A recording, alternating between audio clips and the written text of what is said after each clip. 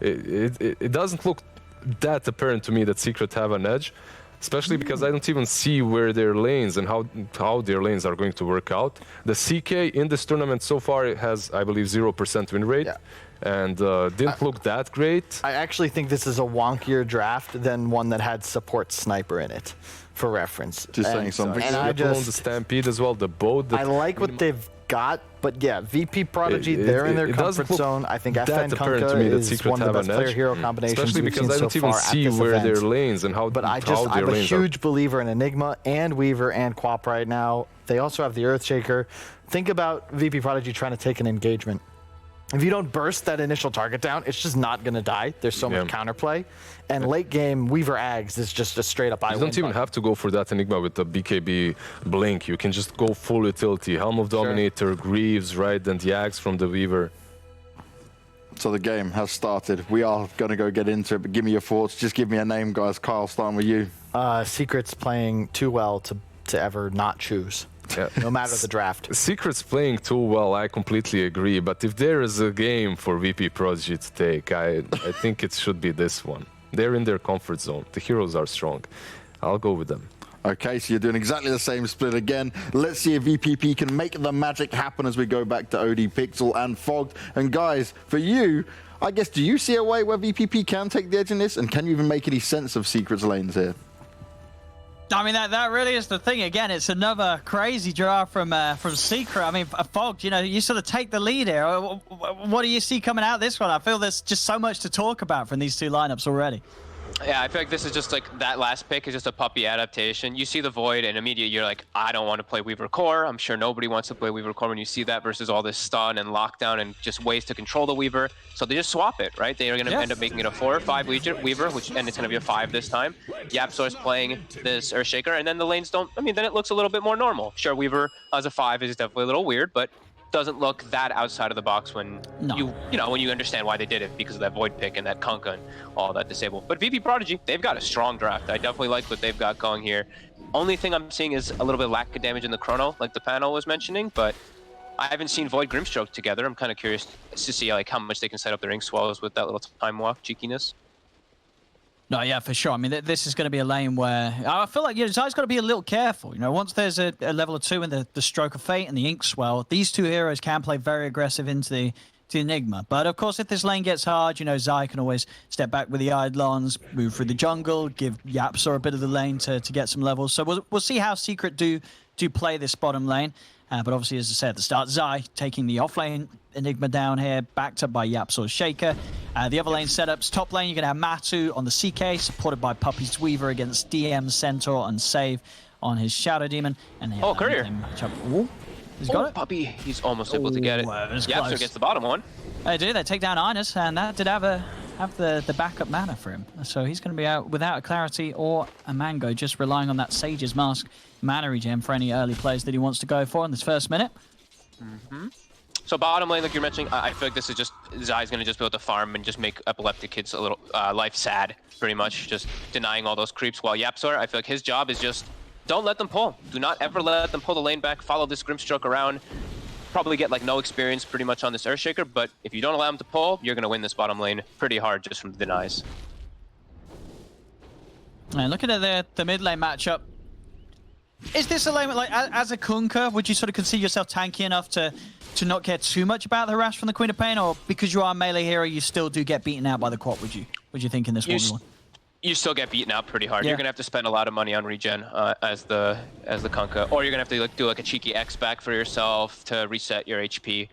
But I know he's doing pretty well. All depends too if the Queen of Pain has a lane ward, which he does, so he's able to get those like high ground hits. Same thing for FN. He's able to see for the positioning for those. And yeah, he's doing really well right now. Well, he's even trying to see if he can catch Nisha there with this Torrent. He is going to be able to get him, so some good damage onto Nisha. Nisha, of course, he doesn't have the Blink skilled. He went for the 2 points as you would want to on the Shadow Strike, and it will actually pay off as Nisha falls incredibly low, but he's able to keep his distance, get the salve off, and again, have a favorable trade back towards FN there with the burst. Might be able to kill him. Getting very low, able to duke out the Torrent. This is going to be first blood for Nisha. Straight outplay there in the mid lane. As I say, he must have got down to like 10, 20 HP with that turnaround, with the salve, being able to keep the distance. and take down FN in response. Yeah, 10 HP on the dot, right with that Tidebringer just about. Played his hand, and now he's actually, is he suiciding to the tower? He's trying to suicide. He's trying to. Oh, but he gets XP. He did. I mean, maybe Niche is just that good that even when he tries to die, he can't die that quick. But I don't know, that was obviously not the ideal play there. So tower switched to him, hit him once, and then he looked like he wanted to keep it on it, and it just switched off of him. I mean, he de-aggroed off of him. Yeah. Very weird. Bottom. He's able to snipe the Kerr. He's a bit low now, but he's able to walk away. They actually were able to set up on Zai as well with that Inkswell plus Time Walk aggression, and in the meantime also top. Yeah, may have the setup there. Well, Puppy's got to be very careful with his positioning. These two heroes, they've got a heavy amount of magical burst to play with in the laning stage. So 3 for 1 for Vp.Prodigy after these first few minutes of play.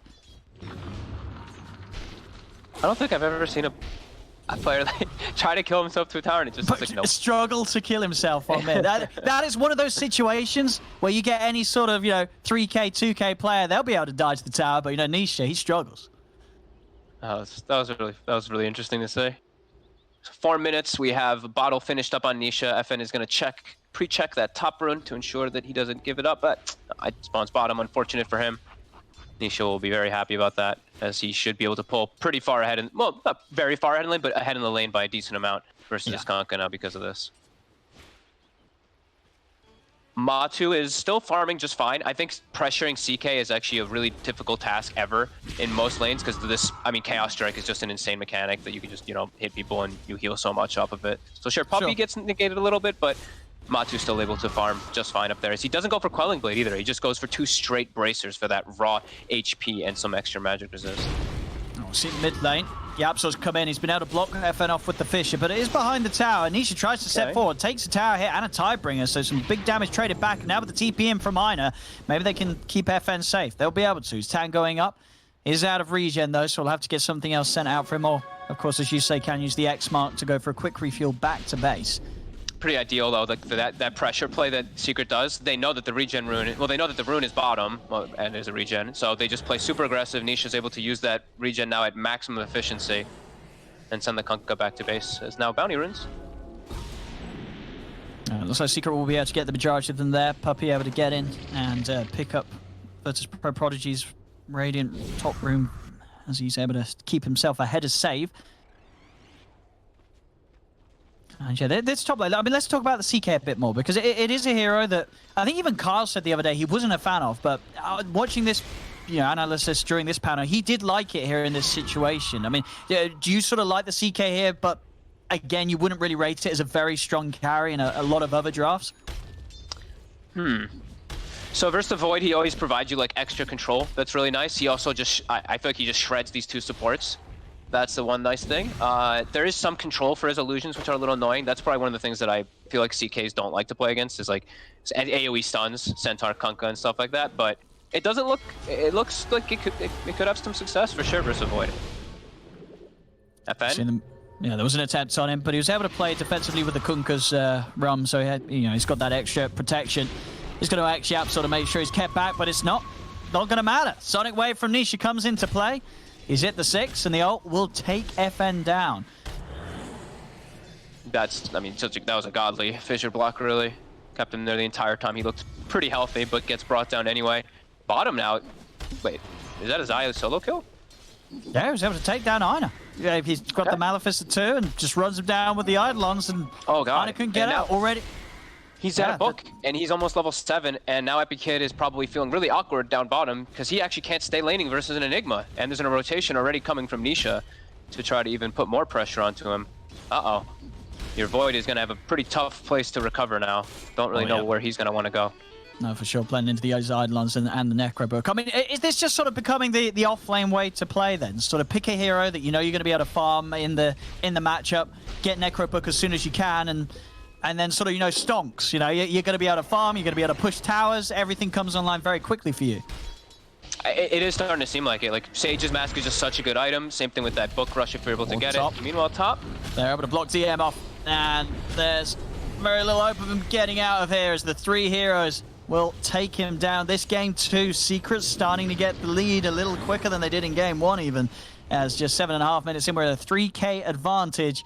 All the Secret's cores having some incredible free farm, and for as early as the game is, at 7 minutes in, it's already a decent amount more than the cores of Vp.Prodigy are having across the board here off the back of these lanes. So yeah, Vp.Prodigy, they've got to make something happen. I'm really concerned for Epi Kid. I don't know what he's going to do for the next few moments of the game. I feel like he doesn't have a home. Because he doesn't have a lane he can go to. He kind of just has to try to find his level 6 somewhere. Because bottom's going to get pressured super hard now by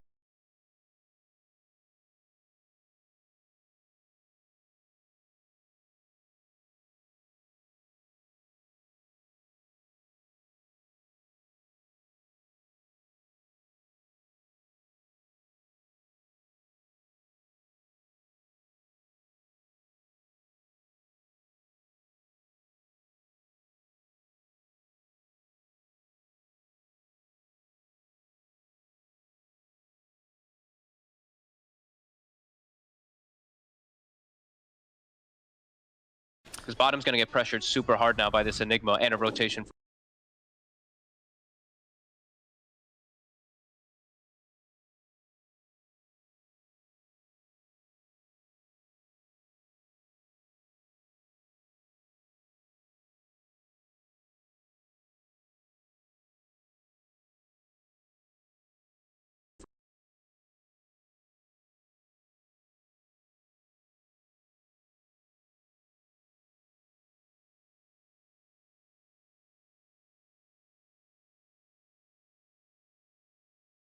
Build as he did in the last game. He could just go for this Greaves build, he could go for this tanky build, and they can just run up and look to team fight around him rather than looking to rely off of a black hole, which can get countered for the majority of the early game. You can just play that tanky just walk up and act as that type of initiator, which gives YapzOr a bit more freedom to go for his Blink Dagger. Well, top they will manage to make sure they have one of the outposts coming into the 10th minute. Epi Kid, he's hit the 6, but definitely still that issue does lie, as you in the panel have mentioned upon. Sure, you've got the Chronosphere, but it's not like he could just go Chronos someone and the rest of his team can guarantee a kill. They don't have that insane instant burst follow-up. Epi Kid top. Matu is here. Almost gets the stun on him, actually. He's able to jump away. He's actually got a Midas queued up. On Epi Kid. That's an expensive item. I don't know about that, Fogged. I mean, you're the expert here. What do you reckon? I don't see that item ever. I just don't see that item ever anymore. I'd rather see him buy a Necro book, dude. You know, if you want to go for farming and some extra, the Midas Void. I don't know. We'll see. We'll see what he does with it. But I'll be honest, I'm not a believer. Honestly, he might be feeling a little bit pressured already because he's like, I'm not getting farm. I'm our kind of like solo carry. I'm not sure. He's probably just a little scared as bottom. DM. We'll let the Stampede away. Yeah, Zyvan holding back there. Didn't want to pop the black hole. He doesn't care for DM's life. He's like, you can walk away. I'll just continue to farm, you know, on top of the Arcanes, Necrobook, 800 gold. All the Secrets cores still staying ahead. And yeah, we'll see. So I'm always excited when we do see Voids do these sort of builds, but definitely more often than not, they have ended in tears. Is that why you're excited to watch him end in tears? To watch end in tears. No, I'm excited to see for the potential that it does work out. The potential that the Midas pays off. And nowadays, with how much a Midas costs and everything, the game's got to go pretty long for it to be a good investment. I mean, you can argue as much about, it gives you the attack speed, but it's, yeah, sure, buddy. We'll see. We'll see. We'll see indeed. Fight. They've got FN kind of locked in a weird spot here. He's going to get the bow out. And he managed to stun him. Zai's going to step forward. He's up, but it's straight into an Echo Slam. Oh, no. Oh, and a black hole follow-up too. Oh, dear. Oh no, and they YapzOr actually off the mark a little bit with that enchant totem, but don't time walk into that, Mr. Epileptic Kid. He almost had a godly chrono though. It was almost like a 3 or 4 man chrono trying to protect his Kunkka, but still. You know, I could have almost won a TI, you know, if you could still stretch some boundaries. Yeah. Oh no. Well, that Secret's just starting to really it's run away a with 5-game things. series. We can't have a 2-0. We can't have a 2-0 here. It's not possible. It's not actually possible, so don't worry. Do not worry. I mean, yeah, that's very true. But this one's It's going to be painful rough. so far, though. Yeah. Matu now, I look at this, like, that was their time to get something in, and they literally just find the perfect target. They find FN in the river, and he gets fissure trapped, and they can't actually, like, do anything to protect him. Oof. Now Secret's gonna back up, and they're just gonna farm, right? They're just like, okay, we spent our cooldowns. The onus is on VPP to try to do something while these cooldowns are not at the ready, and I don't think VPP can really force any type of issue here. They're just gonna, Secret can just continue to force the bottom lane in and give so much information of that from Zai. I mean, we did see last game, VPP, whilst being behind, they were good at that, right? They did identify these timings where they could actually find kills on Secret's heroes. But yeah, this game, it just feels a whole lot harder with the heroes that they're playing with. There's Epic Kid. He's nearly got the Midas. So we're nearly seeing the Midas online. Oh.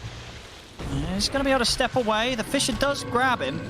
Not really going to be something that they can chase on for. They'll turn over towards Zyner in the mid lane. Did get the Inkswell stun off onto Matumba Man. FN looking for the tie, bring a hit back onto Nisha. But Nisha still got a lot of HP to play with. They'll go with the Demonic Purge onto Matumba Man, but there's very little ways that they can follow that up. Matu's going to be able to walk away. He does not care at all about being Demonic Purge. Epic Kid stepping in to the Rift, the stun. Oh no, oh no. Oh, and he was so close to his Midas. Oh, was he? He was so close. He's sitting on 16-60. He must have nearly had the goal for the recipe before that. Well, it's falling apart. I'll be honest.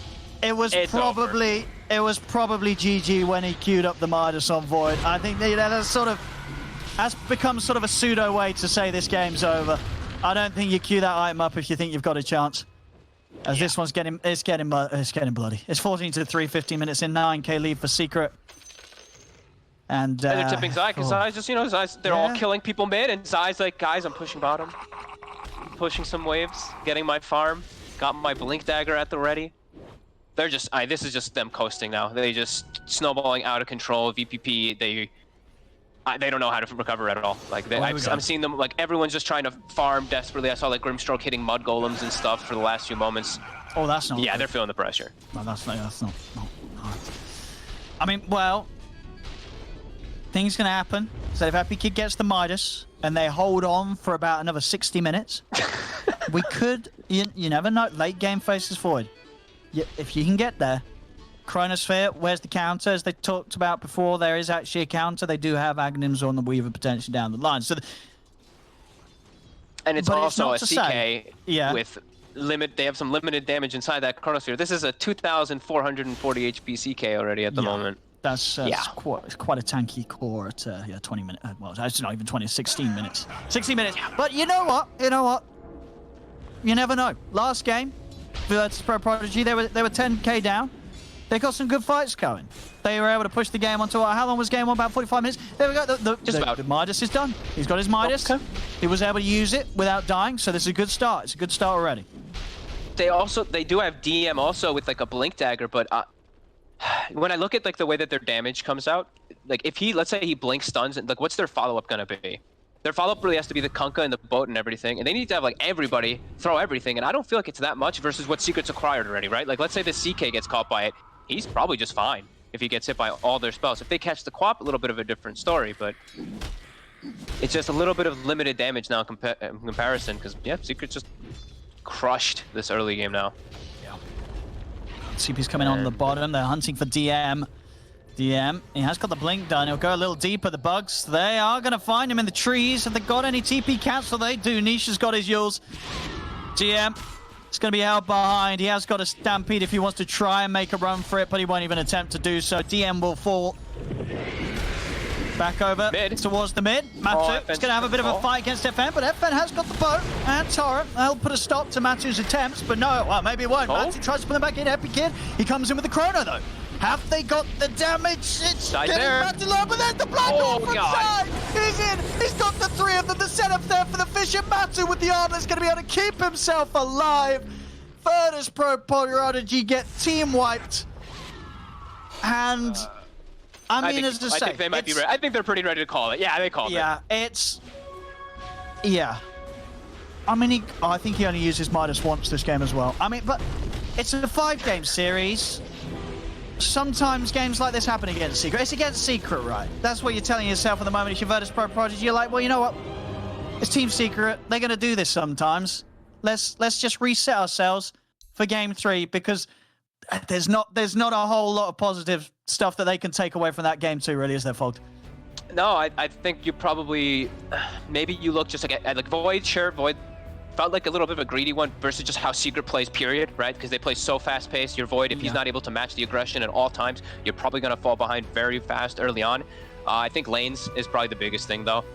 Like the way Secret they can just adapt and switch their lanes up a little bit with this last pick CK. They just don't care if it's a support Weaver. They just throw it there, and then they just have these godly lanes. 2 winning lanes, and then 1 lane that's, I mean, a trade, but Matu's free farming, so I guess you could call that a win for Secret, too.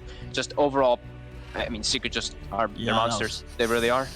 They were ready to break him down in that game. I mean, it never feels good when you finish the game as a Void with 1k hero damage. I mean, and believe me, I've been there. I've been there many a time. But we'll see if VPP can pick it up in the rest of this series. But as it stands, Secret, with this very quick victory, have now brought the series to a 2-0 at the moment.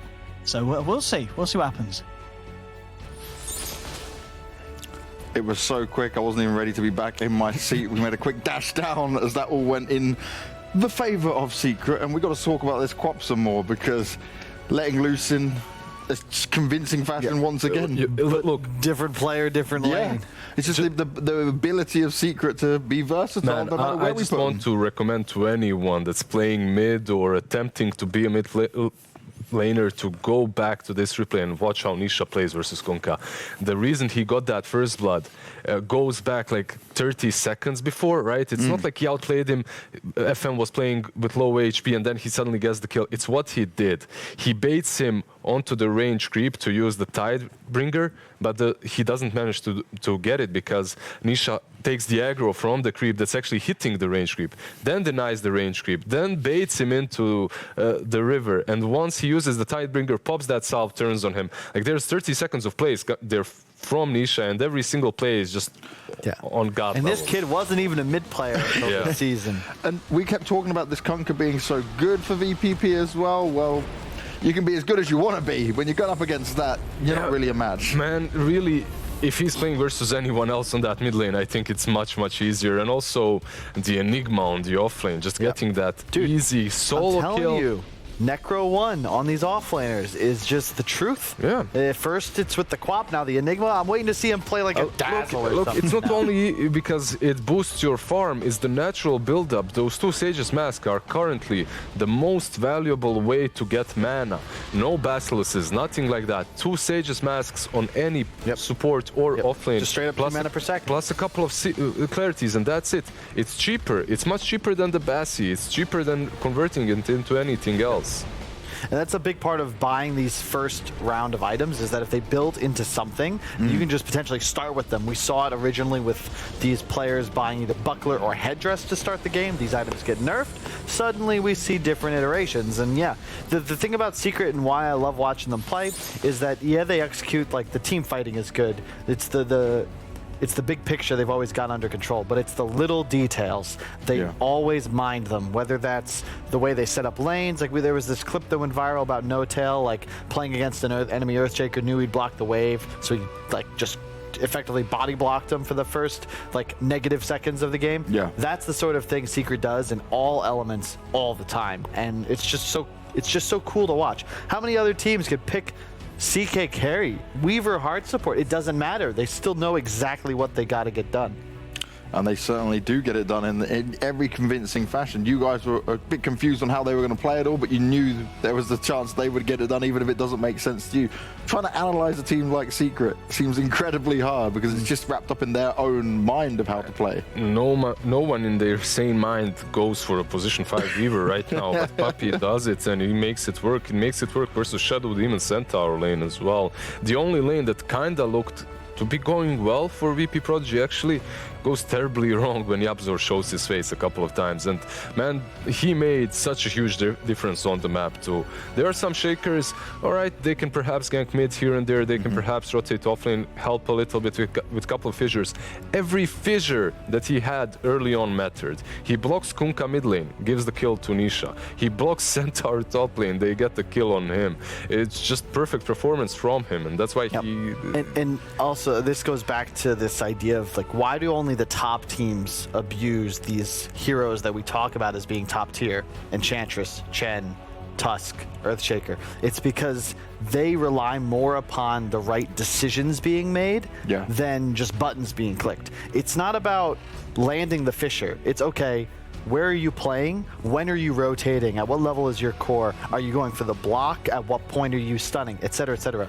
And they utilize Shaker so well because they have such a great read on where they need to be, what they need to do. It's these things that other teams just can't replicate because they're simply not at this caliber. They don't have the experience. They don't have the versatility. It's just all these things go in Secret's favor. I can't believe that they're built, like, they look like a much better team than they did last season when they won, what, 2-3 majors? Can't even remember. It feels a lifetime ago. But yeah, just, I don't want to fanboy out, but just hell of a game. And Vp.Prodigy, it's not like they're doing bad. They're just getting owned. And we talk about the skill gap, right? But VPP, they've done the work to get here. They've beaten big names. They've shown us that they can come up against some of the greats and fight it out. But against Secret, they're just so far ahead in every aspect. It's what you're talking about. It's the micro details that they're that step ahead in, which just shows that there's a lot of thought that's gone into this, way beyond it. Like, you can't just take these heroes like to and take it to your pugs. Like we said before, we like to overcomplicate things, but it does come down to these micro details. The less mistakes you can make, the better you are as a team. And it comes, of course, drafts are very important. The strategy is very important, but it all falls into water if you can't perform and execute. There's like this super popular football coach around my region who says, like, it doesn't matter what strategy you have if your players are slow, if they can't run for 90 minutes. Exactly. And that's it. Like, the same translates into Dota. If you're not fast enough or you're a little bit slower than the enemy team, they will outmaneuver you. Question is, though, right? So Secret are up 2-0 at the moment. They're looking super good. Potential for a 3-0 here and just smash the grand final.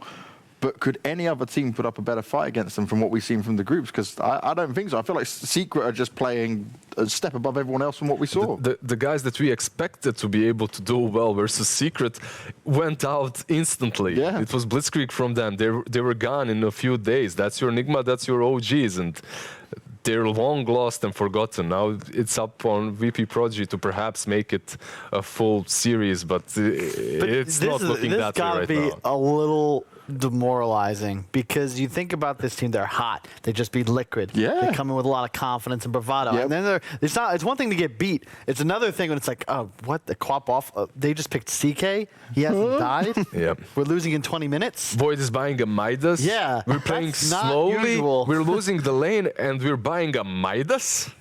That's your comeback.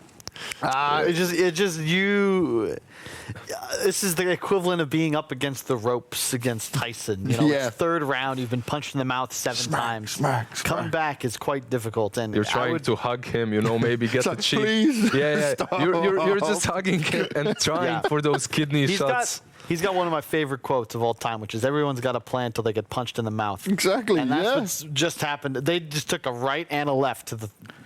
I don't know how you recover from this if you're Vp.Prodigy. This is where you maybe pull out... Techies. No, not that. Not that. No. Maybe, just maybe, you consider like a pocket strat. This is where, it's not meta, but this is where I would run like a Drow lineup as an example, or some kind of weird death ball.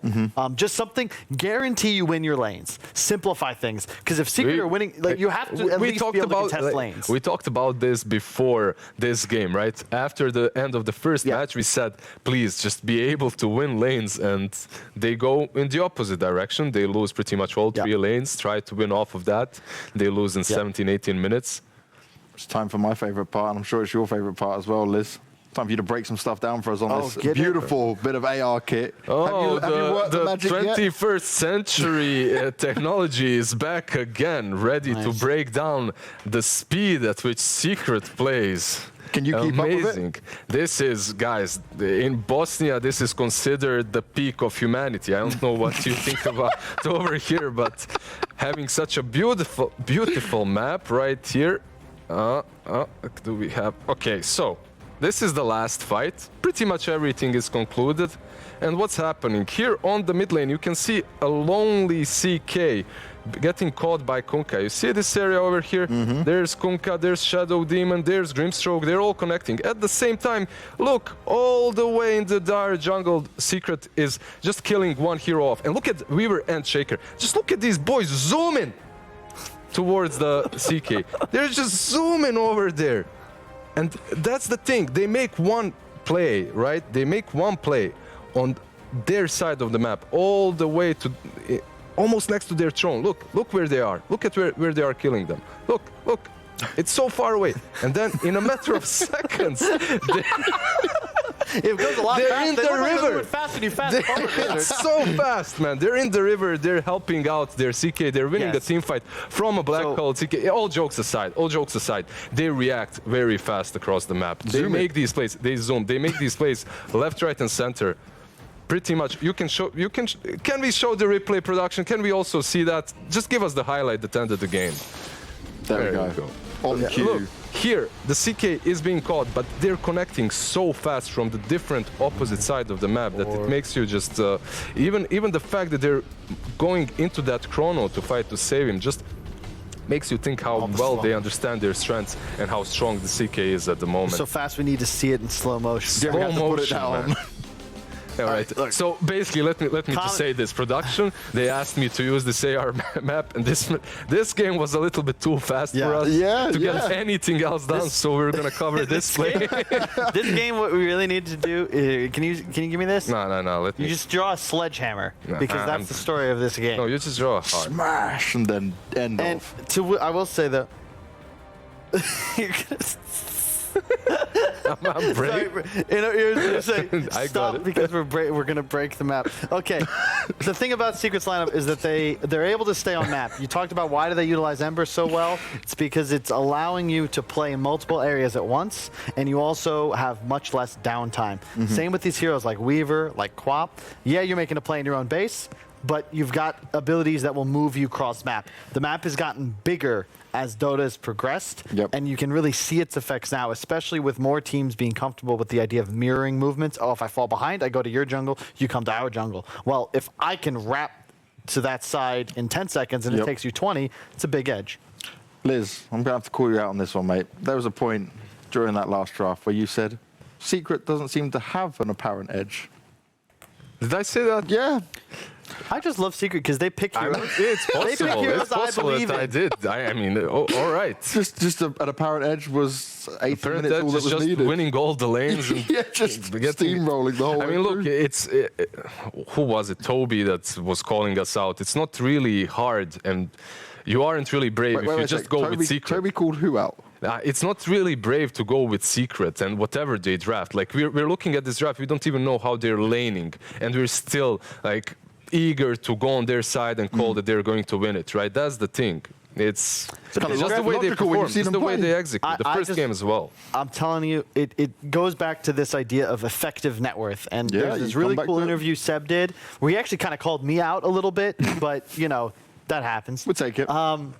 About how the net worth graph, or the plus minus on top, is actually bad for the layman's understanding of Dota, because it doesn't matter. Like, a 10K advantage is completely, what that means is dependent on It depends the match, on the heroes. on the game, It depends on the heroes. time, what the win conditions are. So if you look at it's about effective net worth is my point. And you take an Enigma and you give him just Necro 1. Maybe he only has 5K net worth, but he represents so much damage, so much push, so much utility. Same with a hero like CK, with just an armlet. This is worth 2 items on Void, and Void has bought a Midas. So even if their net worths are close, CK is like 2 or 3x as effective. And that's what this whole lineup gives you. Weaver with just an Urn, Quap with just a Yules, Enigma with just a Necro Book. They're all value. Also, it's Boom. not that bad if you're around 11k ahead, 10 minutes in. That can also That's play. probably good. That's Generally- that's generally. pretty solid too. Like, I completely agree with the effective network thing, how some heroes do more with less and all that stuff. But when you just get crushed in the lanes, it's difficult to play the game. I want to know what the hell is going through Vp.Prodigy's mind at this stage, though, right? Because you are still a team that's come through from a qualifier for this amazing run. Like, you're talking about the beatdown they've just taken. Like, what do you Just take? go Talk to away. yourself. Just go away from these big ultis. Just go away from that. Yeah. It's bad for you. Can they? You can't play versus Definitely. Secret this way. They will The outplay you. Kunkka is fine, but you know, even if it's countered, like give me the Monkey King, give me the PL from Epikid, Yeah. give Save a Wind Ranger again. Just let him play Dota 2, because right now you're just getting played, and you're not going to beat Secret unless you can at least stand tall in the lanes. But if you're losing all three of your lanes, and you're losing towers early, and you're relying on cooldowns, it's just too many heals. I wouldn't be surprised if they went back all the way to the beginning of this league when they were picking Skyrat all the time for save or something similar. These crazy wonky position 4s that can burst down a target instantly. Couple that with something on the offlane that has low cooldown initiation, such as Axe. Skyrath Axe, baby. Yeah, That's what I'm there you talking go. about, though. That's the sort of thing. You just simplify the game, give Epikid a win condition that's relatively uncountered, but at least give yourself the tools to punish Secret if they step out of position. They didn't really have hard save in that game for a 1-2 burst combo, but the problem is you don't see the natural synergy between Kunkka, Void, and Centaur. And it's the same issue we've had with Prodigy's drafts throughout the tournament, where their cores aren't helping each other. They played really well with the Oracle because it benefits the playstyle that they have. But I'd love to see them with some kind of damage amplification, manipulation, because they're missing it in all these lineups. It's just straight up, Chen oh, well, went we'll through. stun them and outfarm them, outplay them, and win the game. I just really do want to see at least one more game from Epi on that Monkey King. Just Secret. Allow him to have it now, right? You're so far ahead anyway. Give You him might see it opportunity. because it wasn't banned out. Shaker picked up instantly by Secret once again. Chen is still in the pool, by the way. Pretty solid for both of these teams. I love Secret Earthshaker. It's still a pretty broken hero. You- Three stuns. Not fair. No. If they don't pick it up themselves, I wouldn't be surprised to see a Shaker Chen coming from Puppy as well. Yep. But that's kind of, don't you think he'll be a little more creative? You know, Most he's like likely. a chef with 2 Michelin stars. If you want to earn your third, you got to get a little, you got to add some special flavor. All right, you know? all right. There we go. Skyrat clock. It's not your Skyrat axe, but this is just as good. Yes. And this one problem that I honestly instantly am going to say is Clockwork will be your offlane here. Yes. Position 4 is always played as Skyrat on save, and now you're playing a clock offlane. The hero. It's good. It's definitely good versus Shaker. It used to be one of the main counters to him, but But then Yeah, I was yeah. going to say, you Instantly just Chen. Because when you Sky have No, Michelin stars and all you do is... and They you're let Skyrat cooking clock. and you're cooking and you're brewing things up. Yeah, you have, but for real, you have Skyrat. Maybe he's got a clock. restaurant in Italy, okay? It's about simple, fresh ingredients to make a delicious dish. And in this case, when you see Skyrath Clock, which I would have then said, yeah, of course they'll Chen, but Lizard kept talking, is they're going to show up in the offlane and spam. You're going to just spam bolts. Chen boosts regen. So you're just going to sustain through it and not care. When did And my then you get a talking? creep and they can't do what? You finally got into Carl's head, right? He's had just this fire back at you at this point. My question is, though, why did VPP not pick into the Chen? Something they're not maybe confident with? Because we've seen it picked constantly. I'm surprised. Actually, I'm not sure they play quite a lot of Chen. And I that might think bit them. That's one thing. And the other thing is they're moving. You know what I mentioned earlier, that Skyrat Axe is what they're going to go for, something like that, something easy. They're 2 games down. They want ease of execution. They want to go back to their full comfort zone. That's what they did. And they got heavily countered by this Chen. They're going to get PL'd or CK'd or Naga'd so hard, though. They banned the Lycan. You kind of have to. This is the downside of the clock in comparison to the axe, is that you don't deal with minions or illusions at all. It's also why you can just Chen, because not just for the sustain in lane, but if you get a couple of creeps, you just... These heroes just don't do anything. Okay, never mind. Never throw mind. It down. We mentioned the position 3 Clockwork, all right? I believe it's been demoted to a It's been 5. demoted, yes. To a 5 even. I don't think still that it's going to be a 4. Just because they have save on the Sky Rat, they love to play it on that position 4. So we'll see. But I love the fact also that they picked up Axe and they demoted the Clockwork. His value dropped heavily after the champ pick. Yeah. And because of that, demoting him definitely does make a lot of sense. It's similar to what people do with Bat nowadays. You just take it early, deny it from your enemy, and if they really deal with it, you just make it your 5. You just swap it And, around, life goes on. The problem I have is, Bat has this really cool mechanic called Lasso and then Firefly, so you can drag an enemy to over here. Clockwork has to drag himself over to where the enemies are. He's stuck, pretty much. And you're going to be the 5. So it's going to be... Not a good time. My over-under on Clock's deaths in this game is already about 7. And that's just because I'm not sure how long the game will last. Secret could still very easily PL in this spot. They've got a lot of options. You don't want to troll here, I don't think. You would rather have something that isn't susceptible to the clock. Range carries probably best. Going to go back to the Spectre as well. Okay. I love this hero so much. I really want to see more people play at his core. If you lane at bottom, it'll own. If you lane at top, a Clockwork cannot touch Furion. You have a Blightstone that takes Clock to negative armor. You're also dealing with creeps. You'll play it with the Shaker, I think, on the offlane, right? That's probably your best case scenario. Yeah, here. that's the dream. And for Secret, you could even follow up with some more global, get that Spectre versus the Axe as well. That's terrifying, yes. The hero that doesn't... you don't care at all about the Axe, about the Clockwork. You have ways of running out of cogs. Skyrat, all right, in the lane you can be bullied, but you're playing with a Chen. You're going to be healing up so much. If he somehow manages to find that small little heal troll priest, Spectre can be zoned. With the dispersion and the heal troll priest, with the added region coming from Chen. There you go. Okay. We're happy now at least. Oh, but this whole draft is like, I love what look, they did what we asked them to do. The problem is it's still not necessarily good. Yeah. It's just what they're comfortable with, but that's almost all single target. And Secret are kind of, once again, majorly ahead in the lanes, majorly ahead in terms of how they can deal structure damage, and they have 2 picks left. Plus, we talked about Shaker. He prefers these self-sufficient offlaners, so you activate them, and then you can just screw off, gank mid, stack, maybe come back and gank. And there's an offlaner that's self-sufficient and can also help you out with those ganks. Even better. Yeah, Nature's Prophet is obviously globally present. They go with the Troll instead, all right? Solid into Monkey, not a huge fan of it into Clock, but as you said, now it's the 5, and you can assume he's one of the few, harder carries that can lane very well against Axe because he can just stay in range. And even if the Axe is creep skipping, right, cutting the waves, he's completely fine when it comes to standing below the tower, last hitting on his own. So in that way as well, he can connect the creeps to the hard camp 2 farm. He's going to be super farmed early on. And I gotta say, I feel like Secret's making a statement with these wins because while they made some unconventional picks, they definitely had planned on them. Figured it out, And this last draft, you'd expect them maybe to meme around a bit, up 2-0, pretty decisive victory so far. No, this is their most standard draft yet. And it feels pretty damn strong. Last pick now, likely a niche hero, although I have seen him play the Fury in mid, which could also be very effective here. Quap's banned out. I mean, under the right circumstances, even the Troll can be mid here. So they're still keeping their flexibility with all their heroes.